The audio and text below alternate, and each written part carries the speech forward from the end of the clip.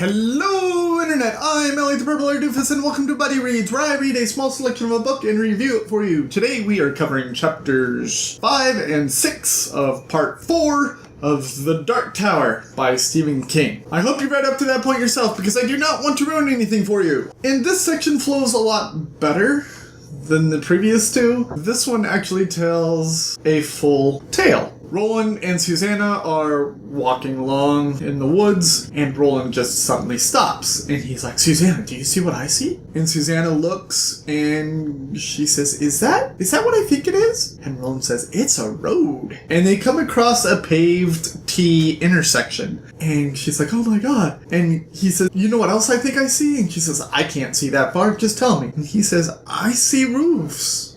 I think there's cottages down there. There might even be people. And she's like, oh my god, people. I haven't seen people in forever. Do I want to see people? I don't know if I want to see people. But they walk to the T intersection and they come to a sign. Along the long part of the T intersection, the sign points and it says Tower Road, which means that is the way that they need to go to get to the tower. And then along the short part of the T intersection, there is a sign that says Odds Lane.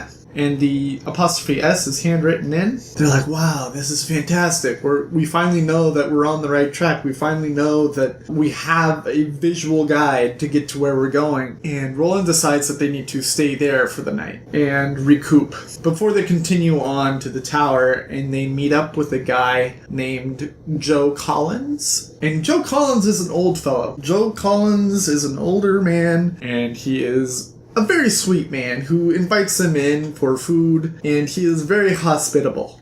Wait for it.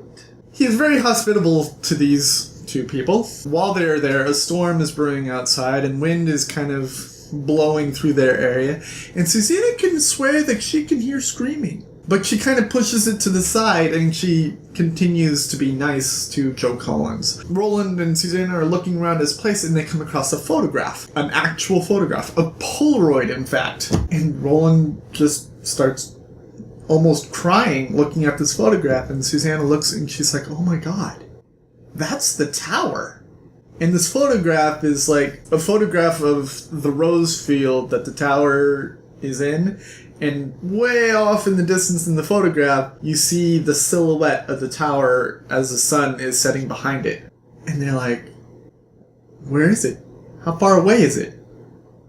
How? When? What? We need to... That... Yeah. Joe Collins says, oh, the tower, I've been there, and it's about 19 days traveling time away from here if you walk, and maybe 10 if you could use a trolley or something. There's a robot of some kind that they could catch to shorten their time. And they're like, oh my god, we're so close. Oh, it's almost here. They ask Joe Collins how he happened to get to Midworld. And Joe talks about being a school teacher and how he wasn't really liking it. And this was back in the 60s and 70s. And I was like, how in the world is he, still alive? He tells a story and Susanna is listening to it and she's like, this is utter bullshit. Joe says, I always wanted to be a stand-up comedian because teaching didn't really work out for me. Susanna's like, well, why don't you try out some of your stuff on us? And Roland's like, yeah, that'll be fine. And Joe's like, come on, just... humor us. And so Joe stands up and he starts doing his stand-up act. And they start out just kind of lightly laughing at first. And I'm reading the jokes along with them and I was like, these are definitely pity laughs because these jokes aren't that funny. He keeps on telling all these bad jokes and both Roland and Susanna start laughing maniacally. And he keeps telling the bad jokes and they keep on laughing harder. Susanna accidentally slaps her face one time when she was laughing so hard and there was a sore on her lip and she accidentally bumped it and it just started gushing blood. And Roland sees this, but he is still laughing very hard. And Joe doesn't even, stop. He still continues to tell his jokes. And Susanna's like, well, I better go clean this up. And Joe's like, well, are you sure? I'm not quite done telling my joke. Do you want to stay in for the joke? He's like, no, I better look at this. This feels bad. It's like gushing. Roland says, oh, well, if you feel faint, call for me. And she's like, okay. And she goes to the bathroom and Joe continues to tell his joke. notes. And so Susanna's in the bathroom and she sees a note on a towel.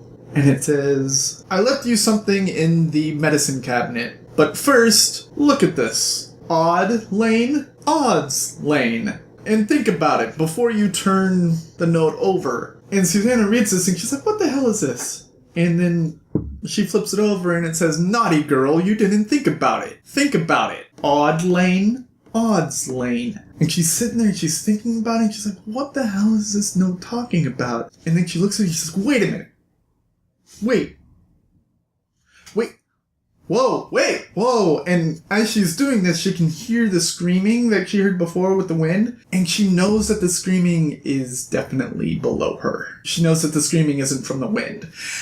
And she's like, whoa.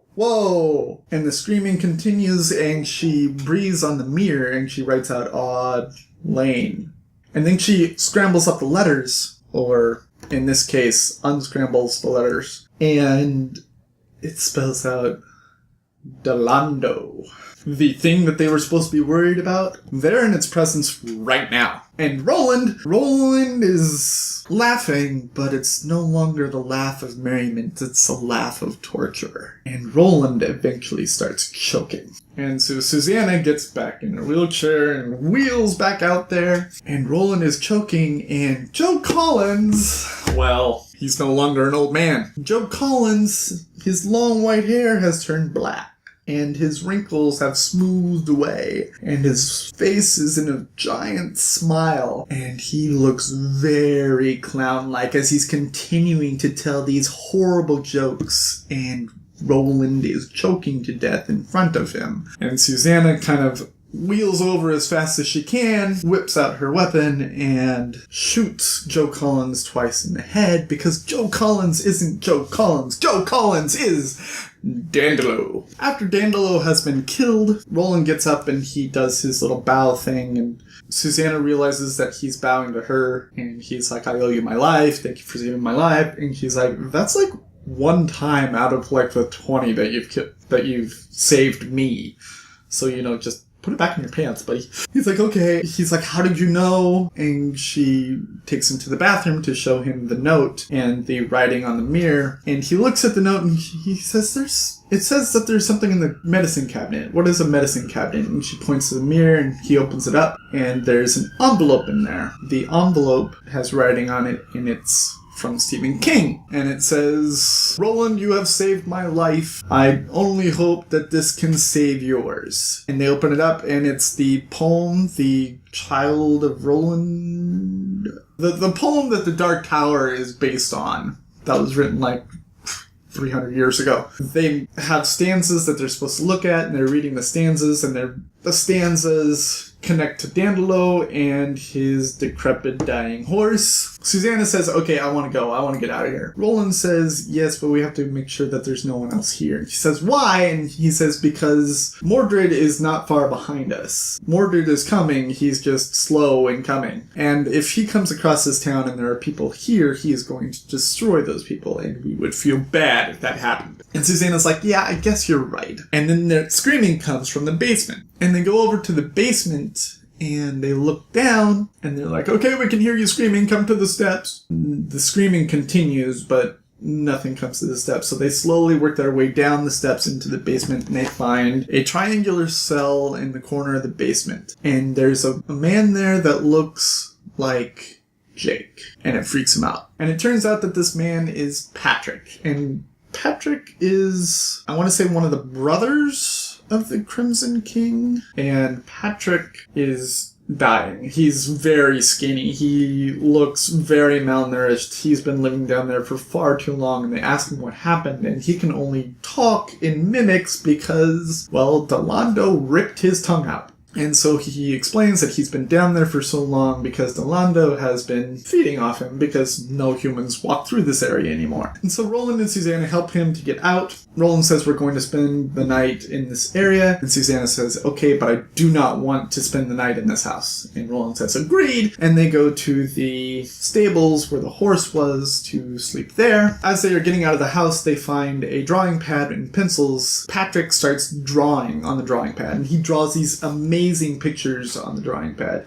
And I wish Because this is an illustrated version, I wish that they had put those pictures in there, because I really would have liked to have seen his art. He draws pictures to communicate, and they're beautiful pictures. They go to the stables, and while they're at the stables, a robot comes. And Roland's like, okay, get ready, that's gonna kill us, that's gonna kill us, oh god. The robot is Bill. The robot is a robot that Patrick knows, and the robot stutters, and the robot seems to be good so far, but we've encountered this before, so I'm not all in on the robot yet. And the section ends with Mordred dreaming of his red father telling him, "Go destroy Roland and Susan.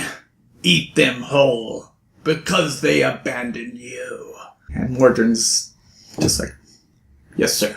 And that's pretty much how the section ends. Now, with Delando, I'm not quite sure what would have been better, but that wasn't exactly what I wanted out of Delando. I wouldn't say that Stephen King is the master of anticlimactic stories, but he is definitely like the enjoyer of anticlimactic stories. A lot of his really well done stories end incredibly anticlimactically. I'm worried about the standoff between Roland and Mordred.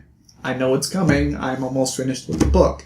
But yeah, I'm worried that's not going to go well. If you like what I'm doing, go ahead and hit the subscribe button. If you like this video specifically, go ahead and hit the like button, and go ahead and leave a comment letting me know exactly how long this video is, because I've been talking way too long.